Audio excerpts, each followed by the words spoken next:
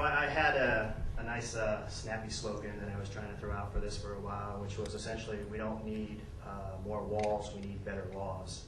And I think this gets to the crux of the matter, that the problem we have, first of all, the idea of this fence, I think is, not only is it a waste of money, but I think that it sort of sets up a siege mentality for this country that we don't need. The fact of the matter is, the majority of illegal aliens that we have in this country aren't crossing the border illegally. The fact is that they come to this country and then they don't leave when they're supposed to.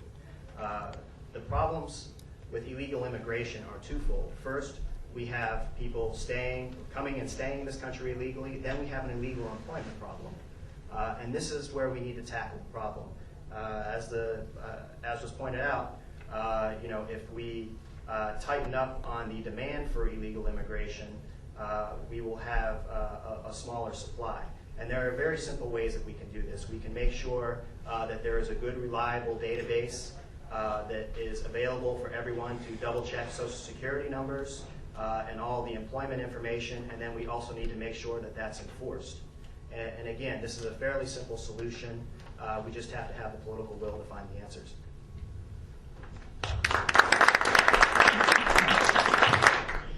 If you have a boat and you're out in the ocean and you spring a leak, the first thing you do is you try to fix the leak, and then you start bailing the boat. We have a similar situation with immigration. I would say that we don't necessarily need better laws, but we do need better walls. We need to stop the flow of illegal immigrants coming into this country. And if that means building a wall and manning that wall, that's what we have to do. We have to do that for our economy. We have to do that for our national security. It's just simple. We can't let people continue to come into this country illegally. Additionally, we have to develop an immigration policy that works for our businesses and works for our country. This country was founded by immigrants, and we rely on immigrants to help us in terms of our workforce. So we need to develop a rational legal immigration policy that makes sense. In addition, Jeff George is absolutely correct. A lot of people, not a majority, but a lot of people that come here illegally and stay here illegally have come here with visas. Many of the 9/11 terrorists came here from Saudi Arabia with various student and tourist visas, and they overstayed their visas. But interestingly enough, you come here from Saudi Arabia on a student visa, no one keeps track of when you leave. Well, if you don't keep track of when somebody leaves, how can you know if they're still here? You can't. And so we need to develop a system, and it's not that complex because we have modern technology. You fingerprint somebody when they come in, you fingerprint somebody when they leave, you know that they've gone. And if they have overstayed their visas, they need to be rounded up and deported and sent back. That's what we have to do. We have to simply begin to enforce the laws that we have on the books. But I absolutely believe that we have to stop the flow of illegal immigrants into this country. It's an outrage. It's something that is physically and financially feasible, and we need to do it right away. Thank you.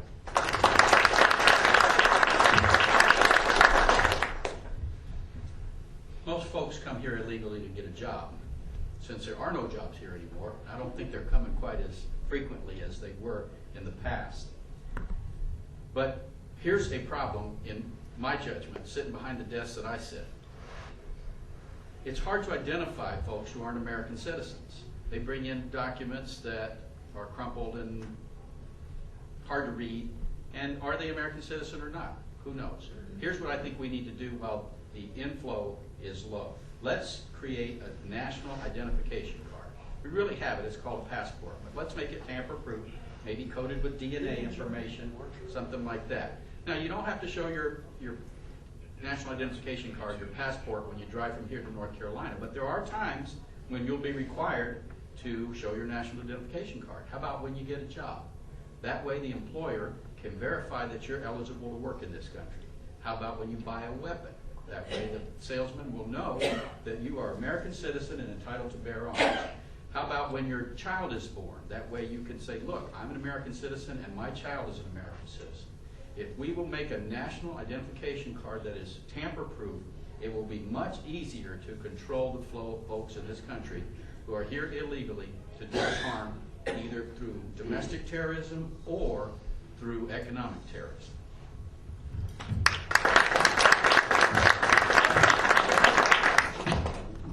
I'm going to merge the next two questions because they're both in the same area. concerns military issues, which are usually near and dear to our hearts. Do you believe that veterans who have served for 20 or more years, who are honorably retired, and have incurred service-connected disabilities should have the disability payments offset by lowering their retirement benefits on a dollar-per-dollar basis? Secondly, do you believe that widows of veterans who have passed from service-connected disabilities receiving dependent indemnity compensation should have that amount reduced from their Social Security benefits on a dollar-per-dollar basis?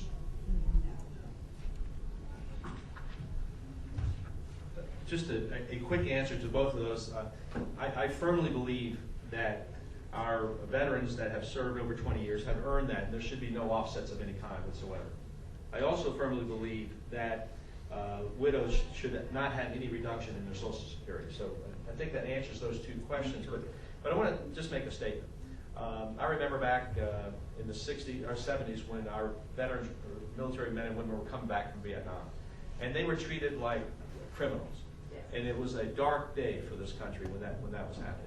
And now we treat our returning heroes from Iraq and Afghanistan much more favorably, obviously. We welcome them with open arms. We know that they're fighting and sacrificing for our freedom, and we show our appreciation. But our government still fails to provide the services that they need. These soldiers come back with post-traumatic stress syndrome, are not getting the psychological services that they need. These soldiers that are coming back with severe multiple injuries, loss of multiple limbs, are not getting all of the services that they deserve. I think it's a crying shame when we send our men and women into harm's way and we don't give them what they've earned when they come back. So as your next congressman, I can assure you of a couple things in reference to veterans issues. Number one, I'm going to make sure that when we send men and women into harm's way, it's based on rational information and correct information, and it is an absolute necessity. But number two, when they return, that they're going to get the resources that they deserve, the educational benefits, the health care benefits, that we're not going to shortchange the men and women that are fighting to keep us free. Thank you.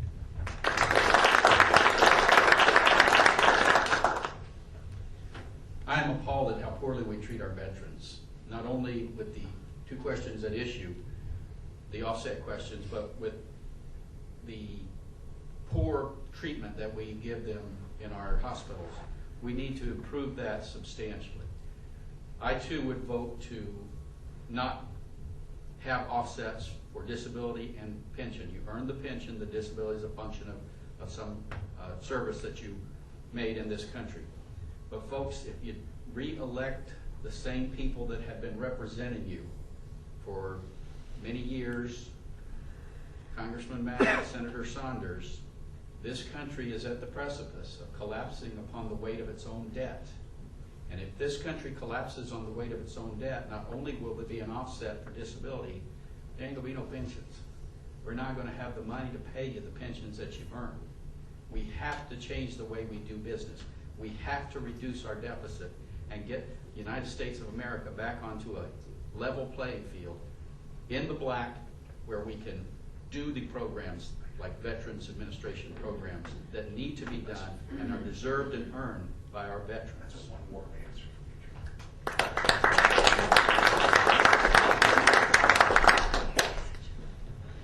I heard some whispering off in the gallery. So very briefly, I will say no to both of the offsets, and I will point out two things.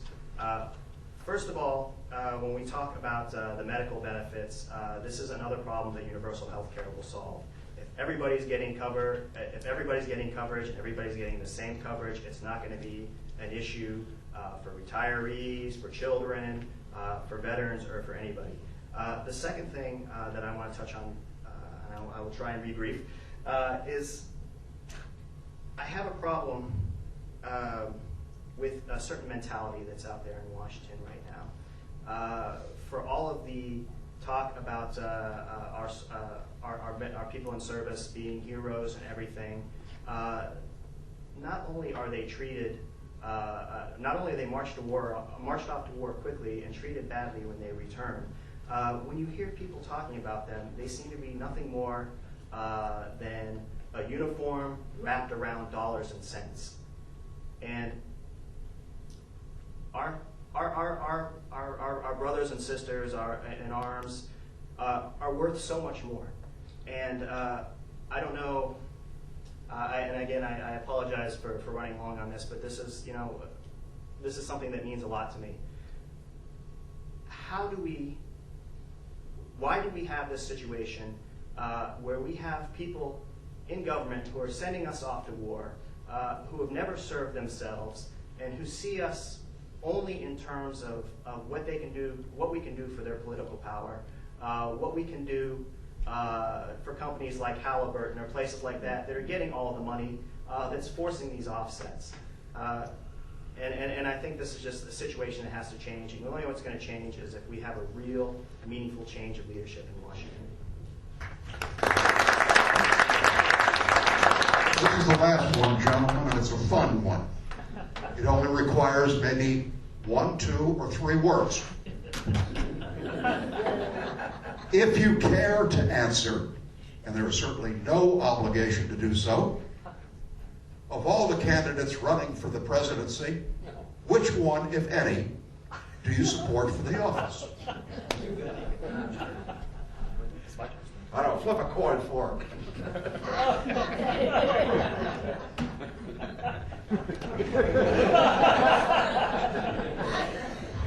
I will be voting against John McCain.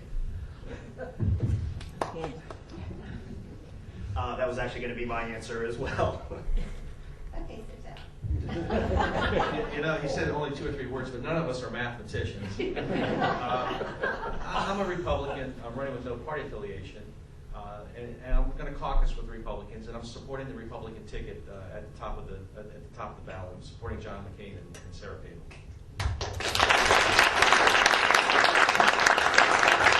Gentlemen, it's time for your closing statements. In 1 minute, please. Ladies and gentlemen, your country needs you again. I'm sorry that we have to ask you to sacrifice one more time, but we're in trouble in this country. And if you send Congressman Mack back to represent you, or if you send Senator Saunders, both of whom are seasoned politicians, you will find that nothing will change. The deficit will continue to increase, and we may well collapse under the burden of our own debt. Please, please, let's see a light at the end of the tunnel. Change the way things are done in Washington. My name is Robert Neal. I'm a candidate for the United States House of Representatives because I want to represent each and every one of you in Washington. Thank you for having me here today. How's Jeff? Oh, everybody.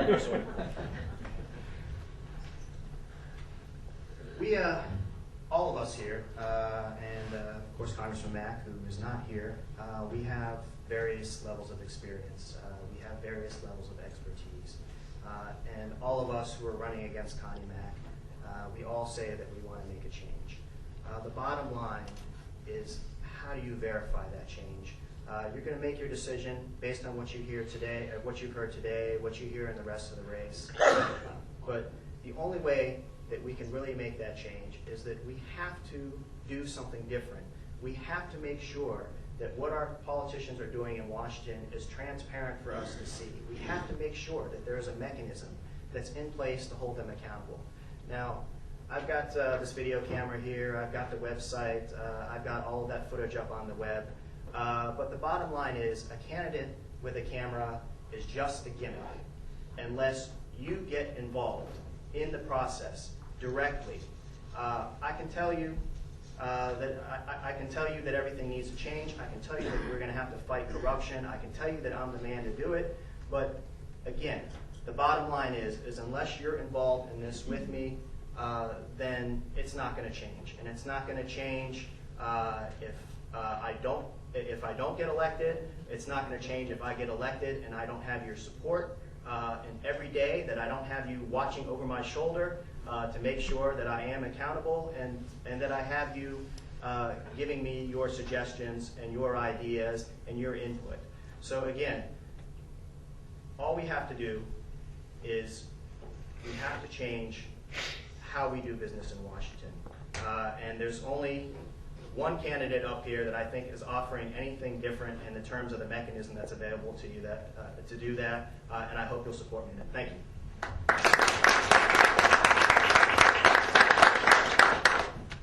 It's been a high honor for me to represent this area in the Senate for the last 10 years, and as you all know, I've had my Senate office here in Cape Coral, and I'm proud of the service that we provided to this community and to all of Southwest Florida during that 10-year period.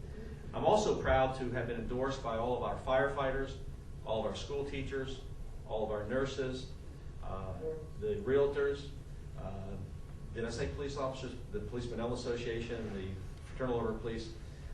Those are real men and women that are out here working to keep us safe and to keep us healthy.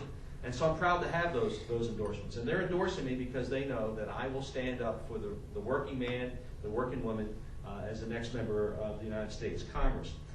You know, I have not mentioned the incumbent here this morning, but I want to say something. Back in 2000 and 2002, Porter Goss was running for re-election, no opposition. I was running for re-election, no opposition. And I would show up at campaign events, as did Porter Goss, because we felt that it was important to hear from you, to hear what's on your mind, to mingle with the people that we represent. And I think that that's unfortunate that that's lacking in this particular race. It's unfortunate that we don't have all four candidates sitting here so you can compare our answers and make a better informed decision. One thing I can guarantee you as your next congressman is you're going to see me here, you're going to see me talking to my constituents, trying to find out what's on your mind, trying to find out what the issues are. But in addition, I'm going to be in Congress working on solving the problems that we've talked about today, the economy, health care, immigration, energy independence. And I'm going to do this in a nonpartisan way. Once the elections are over, you rightfully expect your representatives to work together to solve the critical problems facing this country. And I'm telling you, if we don't solve these problems, as I said before, this nation is heading in the wrong direction. We can turn it around. I'm an eternal optimist. We have the greatest military in the world. We have the greatest economy in the world. We have the greatest people in the world. But we need to focus on solving some of these problems because they're starting to drag us down. Ladies and gentlemen, Bert Saunders at bertsaunders.com for more information. I appreciate your support. I need your help in November. Thank you. I have two special thank yous I want to make. One, I want to thank the membership for the thoughtful questions that they provided me to ask these gentlemen. Secondly, on behalf of all of us, I would like to thank these gentlemen for coming and explaining their positions.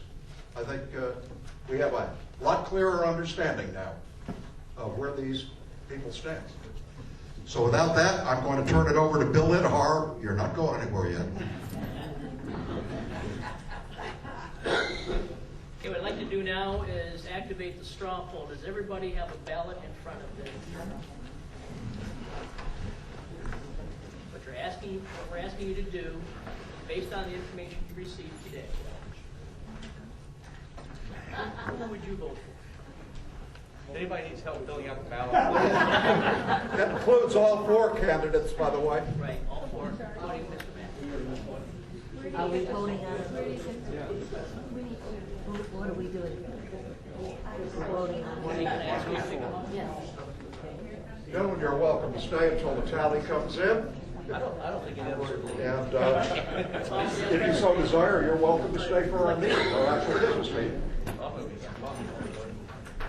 but I won't interfere with rules. No, enjoy.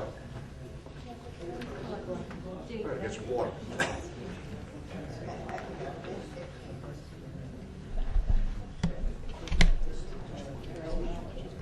Where do I pick up the Bible? You get the knife.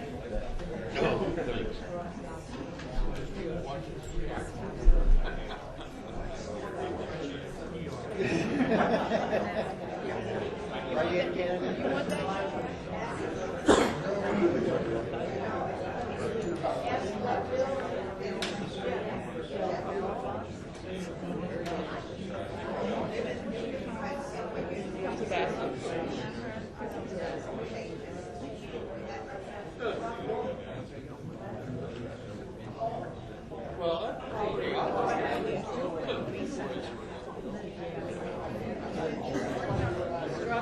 Everybody have theirs? Yes.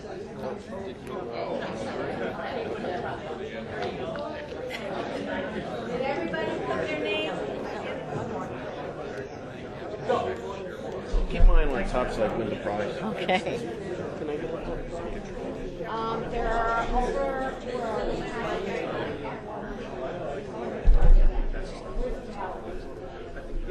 Okay, has everybody turned in their ballots to No. me?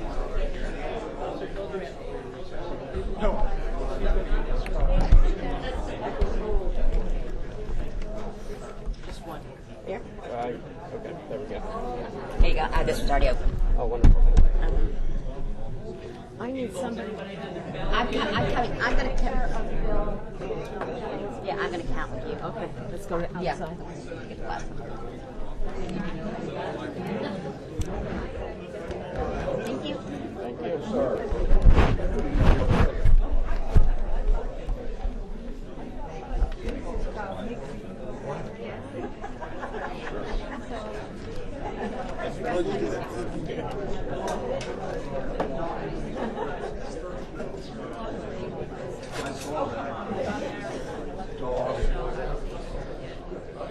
If you can't eat them, well, you Let's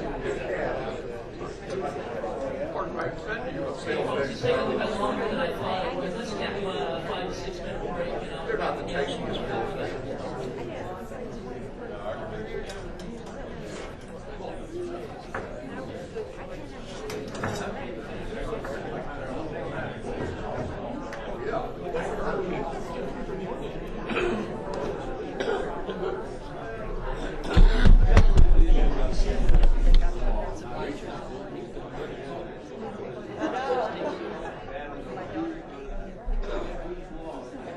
You can only ask so many questions.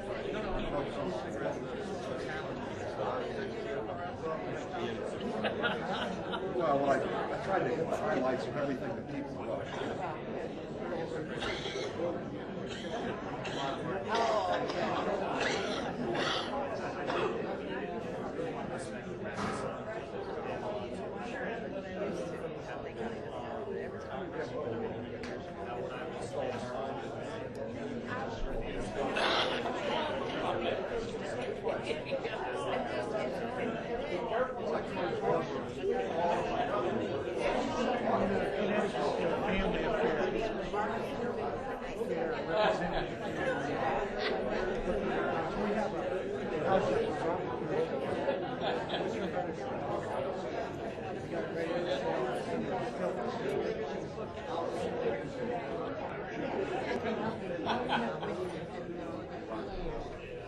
In a minute or two, we're going to announce the results of the poll.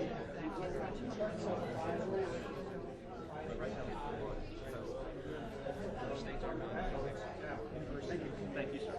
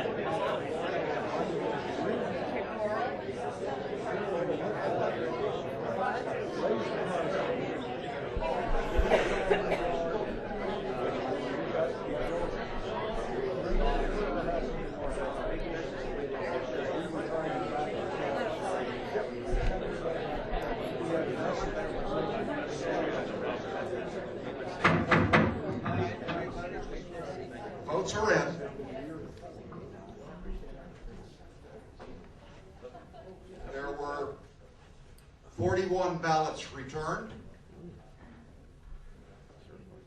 Voting for no one, 1. Mr. Neal, 2. Mr. George, 3. Congressman Mack, 2. Senator Saunders, 33. Congratulations, gentlemen. Thank you. The late Bill Inahar has a last closing word for all of you, and then we'll. Thank you, gentlemen, again for coming this morning. As a small token of our appreciation, we'd like to give you a memento from the chapter.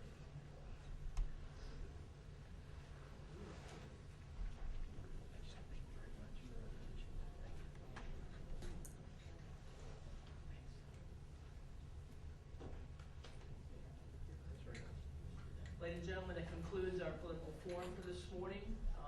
We're going to take about a 10-minute break if you want to converse. I'm sorry, I'm wrong again. Red tickets, everybody has a set of red tickets, right? Here. We're drawing for what, Gail? We're drawing for leftovers. From your house? It's the go boxes there. Joe?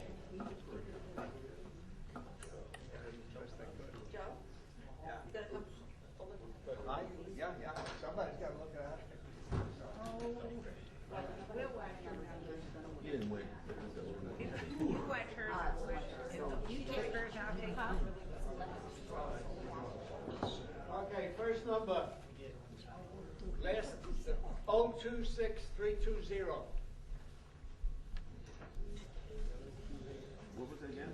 026320. All right.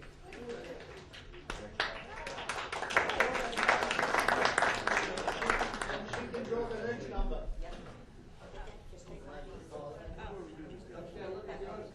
Oh, okay. All right. She's going to.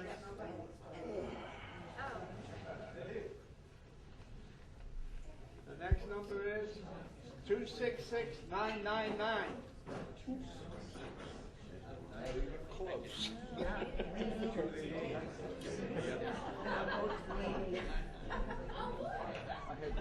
No, those aren't. I think we should know. I'll tell you, I think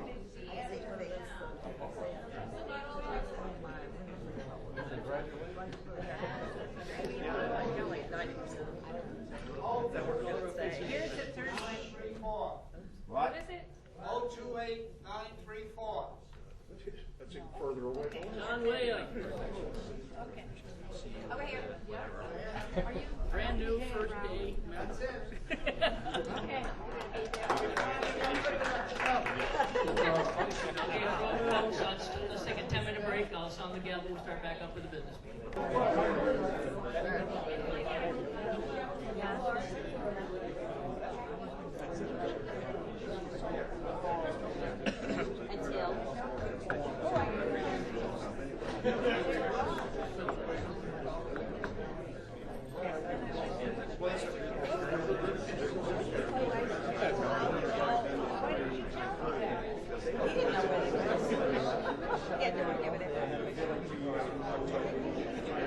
You know where my storage stuff is?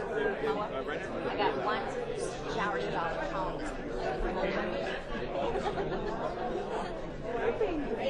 Shower.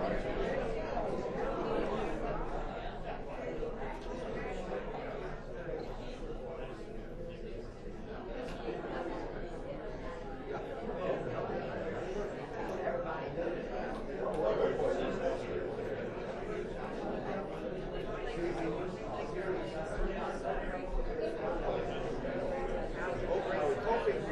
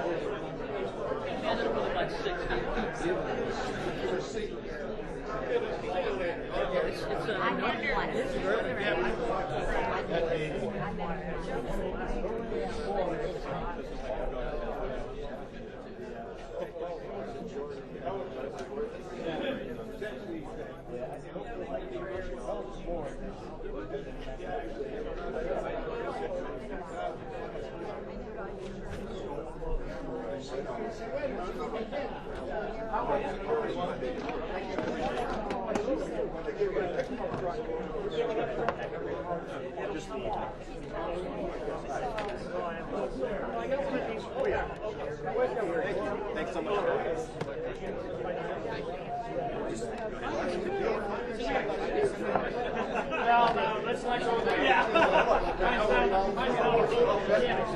How much tape did we buy?